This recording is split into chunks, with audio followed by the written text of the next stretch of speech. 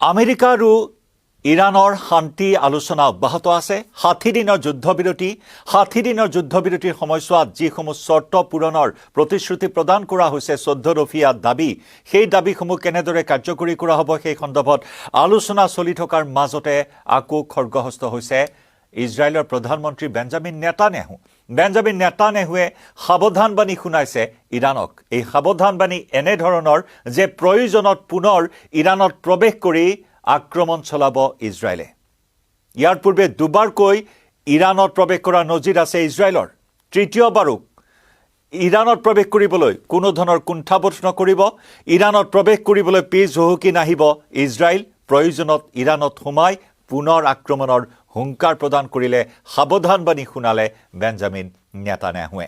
নমস্কাৰ প্ৰিয় দৰ্শক, মই জয়ন্ত মাধৱ গোস্বামী আপোনাক স্বাগতম জনাইছোঁ নিউজ 18 অসম নৰ্থ ইষ্টৰ ডিজিটেল লাইভলৈ। যেতিয়ালৈকে প্ৰধানমন্ত্ৰীৰ গাদীত থাকিব, যেতিয়ালৈকে প্ৰধানমন্ত্ৰী হিচাপে অধিষ্ঠিত হৈ থাকিব বেঞ্জামিন নেতানেহু, তেতিয়ালৈকে এই সামৰিক অভিযান বন্ধ নোহোৱাৰ আকৌ দৃঢ়স্থিতি প্ৰকাশ কৰিলে ইজৰাইলৰ প্ৰধানমন্ত্ৰীগৰাকীয়ে। 2023 চনৰ পৰাই যেতিয়াই হামাছে ইজৰাইলৰ ওপৰত আক্ৰমণ কৰিলে আৰু তেতিয়াই ইজৰাইলৰ অস্তিত্বৰ ওপৰত পুনৰ প্ৰশ্ন আহিল, ইজৰাইলৰ নাগৰিকৰ সুৰক্ষাৰ ওপৰত প্ৰশ্ন আহিল, মধ্যপ্ৰাচ্যৰ এই ইহুদী ৰাষ্ট্ৰখনৰ ওপৰত তীব্ৰ প্ৰত্যাহ্বান আহিল আৰু সেই প্ৰত্যাহ্বানসমূহ নাইকিয়া কৰিবৰ বাবে, সংকটমুক্ত হ'বৰ বাবে, অস্তিত্বৰ সংকটৰ পৰা ৰক্ষা পাবলৈ ইজৰাইলে আৰম্ভ কৰিলে ব্যাপক সামৰিক অভিযান। হামাছৰ অন্তিমজন সদস্য জীয়াই থকা পৰ্যন্ত গাজাত অভিযান চলোৱাৰ পণ লোৱা, অংগীকাৰ লোৱা প্ৰধানমন্ত্ৰী বেঞ্জামিন নেতানেহুৰ ওপৰত বহু প্ৰত্যাহ্বান আহিল।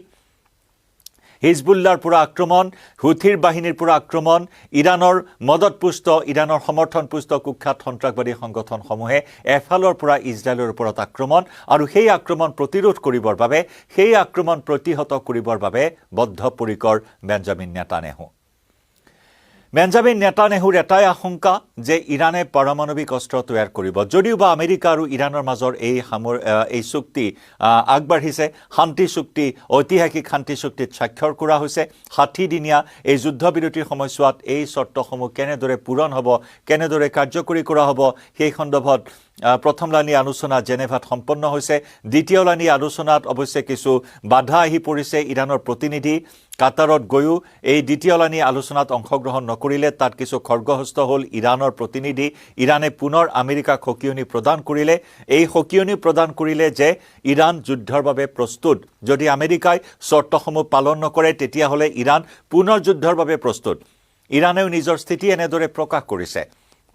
আৰু একে সময়তেই ইজৰাইলে কোনো পধ্যেই নিবিচাৰে যে ইৰাণে পৰমাণু কাৰ্যসূচী চলাই যাওক।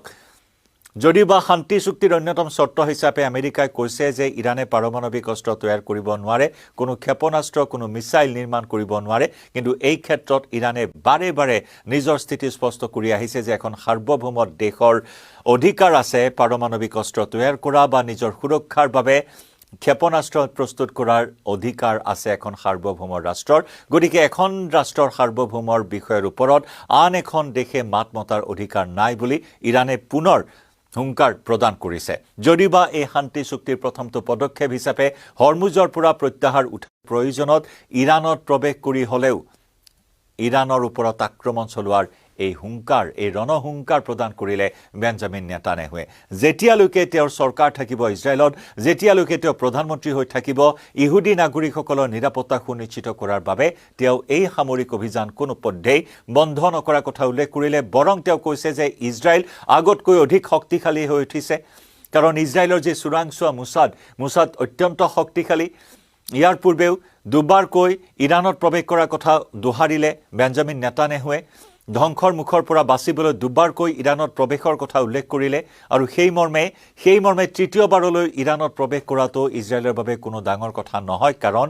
ইজৰাইল আগতকৈ বহু গুণেই শক্তিশালী হৈছে। যদিও বা এই চুক্তিৰ অন্যতম এটা বিষয় হিচাপে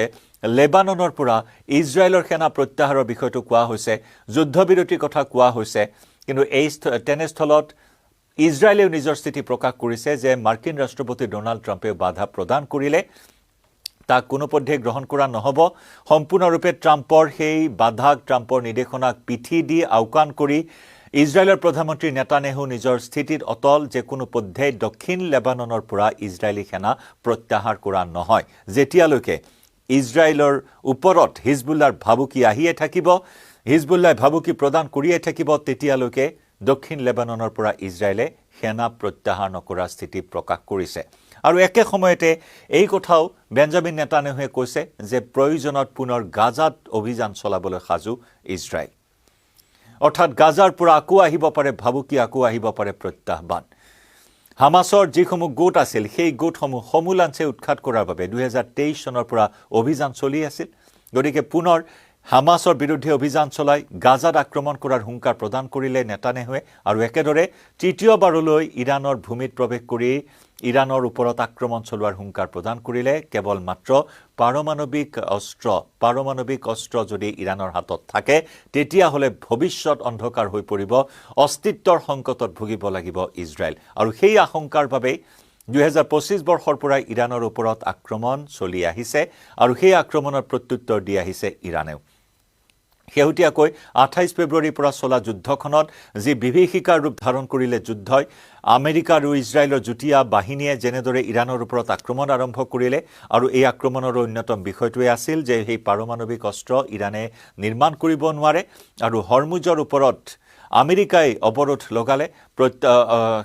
অৱৰোধ লগোৱাৰ পৰিপ্ৰেক্ষিতত সংঘাত পুনৰ বৃদ্ধি পালে আৰু তাৰ পিছত দুই পক্ষৰ মাজত আলোচনা দুই পক্ষৰ মাজত বুজাবুজি আৰু সেই বুজাবুজিৰ চুক্তিত যেহেতু স্বাক্ষৰ হৈছে তেনেস্থলত আমেৰিকাই নিজৰ চৰ্তসমূহ পালন কৰিবই লাগিব বিশেষকৈ 14 নম্বৰ দফাক লৈ বিশেষভাৱে গুৰুত্ব প্ৰদান কৰিছে ইৰানে আমেৰিকাই দিয়া প্ৰতিশ্ৰুতি পালন কৰিবই লাগিব অন্যথা কিন্তু শান্তি আলোচনা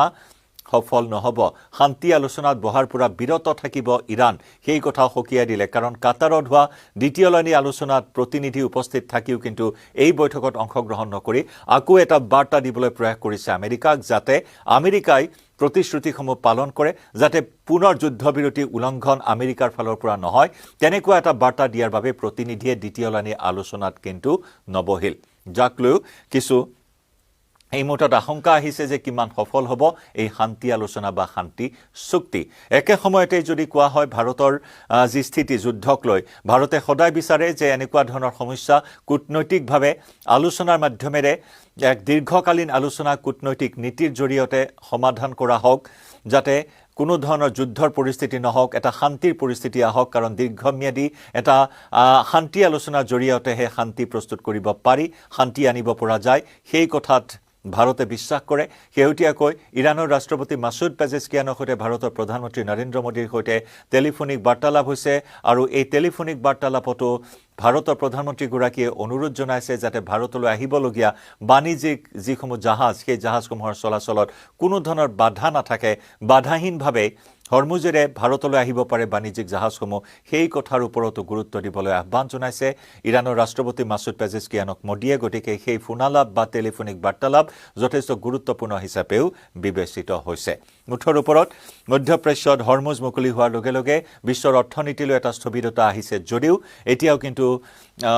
আশ্বস্ত হ'ব পৰা নাই যে এই শান্তি আলোচনা কিমান দূৰ সফল গতিত আগবাঢ়িব কাৰণ আমেৰিকাৰ ৰাষ্ট্ৰপতি ডোনাল্ড ট্ৰাম্পেও কোন মুহূৰ্তত কি ধৰণৰ সিদ্ধান্ত লয় সেয়া কেতিয়াও বিশ্বাস কৰিব নোৱাৰি কাৰণ 28 ফেব্ৰুৱাৰীৰ পৰা বহুবাৰ তেওঁ নিজাববীয়াকৈ একপক্ষীয়ভাৱে যুদ্ধবিৰতি ঘোষণা কৰিছে পুৱা যদি তেওঁ যুদ্ধবিৰতি ঘোষণা কৰিছে নিশাৰ ভাগত পুনৰ আক্ৰমণ চলাইছে গতিকে তেনেস্থলত ইৰানৰ ওপৰত পুনৰ গৰজি উঠিব নেকি আমেৰিকা ইফালে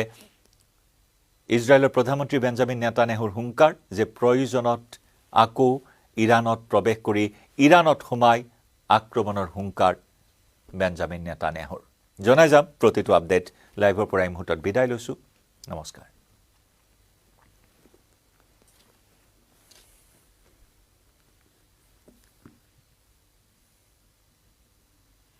আই